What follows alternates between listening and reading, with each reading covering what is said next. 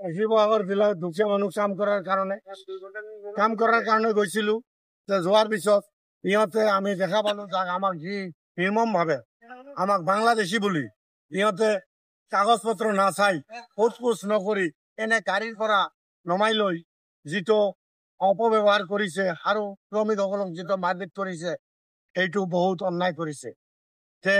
যাতে ভৱিষ্যত এনেকা অন্যায় নহয় আৰু যাতে মানুহে এনে গুণ্ডামি নকৰে সংগঠনত দোৱাই দি, কাৰণ আমাৰ দেশৰ সংগঠন বিলাক যিহঁতে আগত কৰিছে যিহঁতৰ নামত খুলিছে, আমি জানো আমাৰ অসমৰ বীৰ লাচিত সেনা বহুত ন্যায় সংগ্ৰামী মানুহ আছিল, বহুত ন্যায়ভাৱে আমাৰ অসমখন স্বাধীন কৰিছে, অসমৰ কাৰণে যুঁজ দিছে।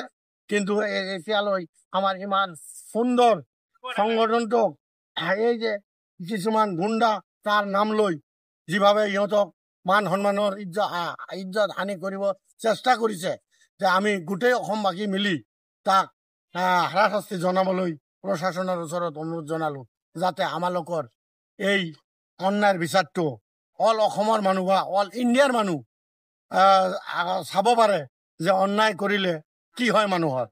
আৰক্ষীৰ ওচৰত আমাক নিশ্চয় কিবা এটা হলে আমাৰ উচিত আছে ফাৰ্ষ্ট আগত আৰক্ষীৰ ওচৰত চপা, যে আমি আৰক্ষীৰ ওচৰত চাপিছো, আৰক্ষীয়ে ভাল ইজাহাৰ দিলো, আৰক্ষীয়ে ভাল পদক্ষেপ ল'ব বুলি জনাইছে। আৰু আশা ৰাখো যেনেকা ভাল মানুহ তেনেকা ভাল পৰিচয়ো পাইছো, ই অন্যায়ৰ বিচাৰ কৰিব।